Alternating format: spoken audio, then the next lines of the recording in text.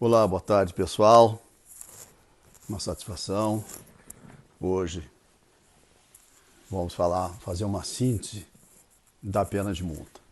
Na verdade, com a Lei 13.964, houve uma alteração na pena de multa, mas de uma importância extraordinária, muito grande, que é exatamente sobre a sua execução, sobre a competência para a execução da pena de multa, que foi o grande problema historicamente. Eu acho, inclusive, que esse será um tema que será objeto de concurso, de questões para concurso, pela importância, pelo significado, porque a gente viveu longos anos, aí, 20 e tantos anos, desde 96, se afirmando que a competência era da Fazenda Pública, com o que eu nunca concordei. Mas, enfim, para falar sobre isso, vamos fazer uma introdução e fazer uma síntese de tudo que é da pena de multa, da execução, porque isso interessa para todo mundo, para quem está estudando, coisa, enfim. Para mim é um prazer.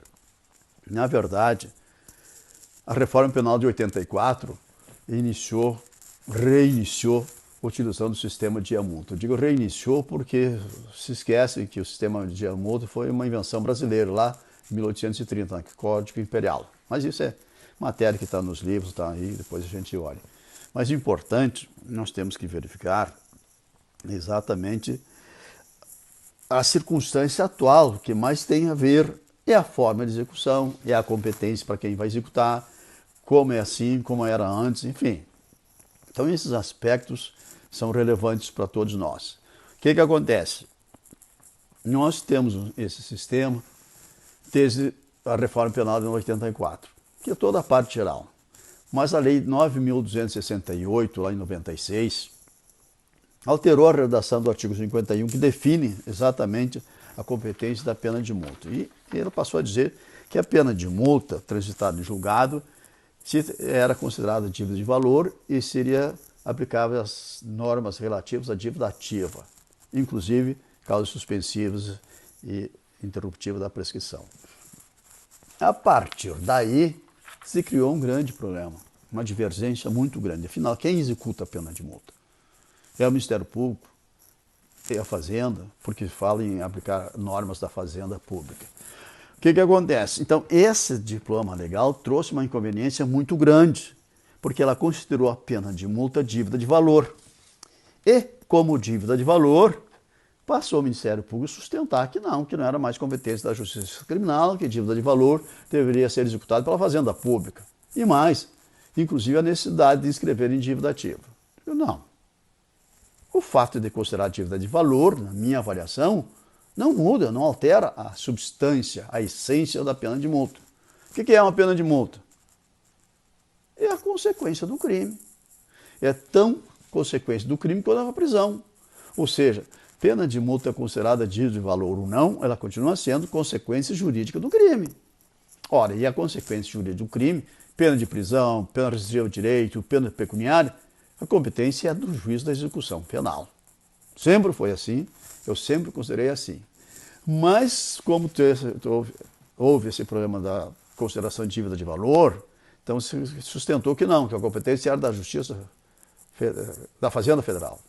Bom, digo, por que foi considerado dívida de valor? Por uma razão simples. Não é para mudar a competência, não é para alterar a substância, não é para alterar nada. É simplesmente para impedir o não pagamento que fosse convertido em pena de prisão. Porque antes, se não pudesse pagar, convertia em prisão, que é um absurdo. Se é uma pena de multa, tem a natureza pecuniária. E o sujeito, por não poder pagar, não pode ter convertido uma pena de prisão, quando na realidade é uma pena de multa.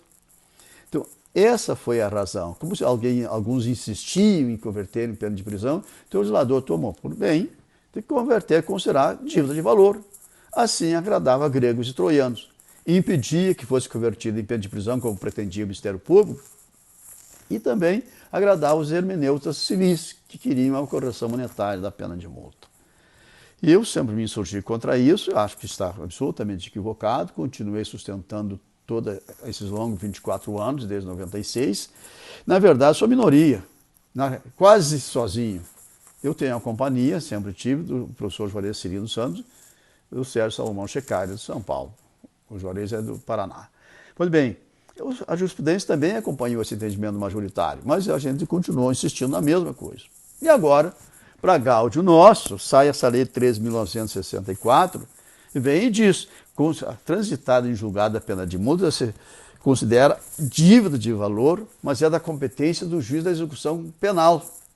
Ora, não precisava ter dito isso na minha avaliação, mas para evitar todo esse desentendimento, então, finalmente definido expressamente na lei, a competência para executar a pena de multa é do juiz da vara de execução criminal e, logicamente, do promotor que trabalha lá, o correspondente de execução. Pois isso aí tranquiliza, dá uma acalmada nos ânimos e retoma o caminho certo. Porque eu não posso deslocar uma sanção criminal da competência da vara de execução para a vara de fazenda pública, que não tem absolutamente nada que ver. E quanto àquele negócio de escrever em dívida ativa, que é uma coisa ridícula, é uma heresia, eu sempre sustentei e disse, por quê? Ora, na verdade, não há atribuição. Quem tem o poder de escrever em dívida ativa é o procurador da Fazenda Nacional.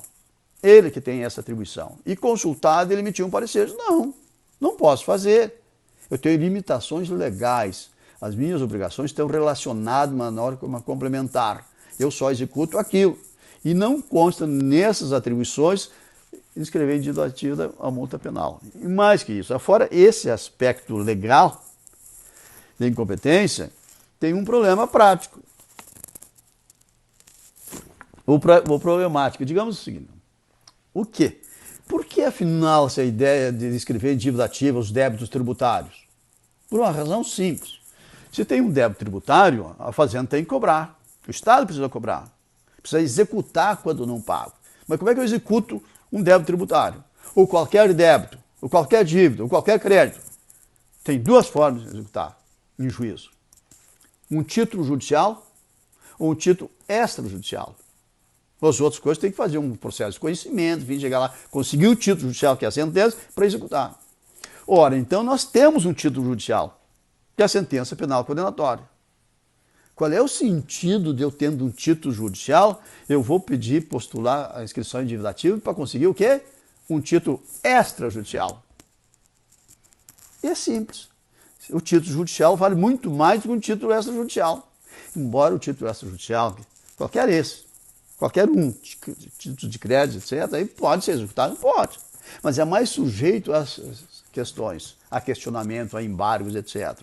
Então não tinha utilidade nenhuma, além da absoluta impossibilidade de fazê-lo.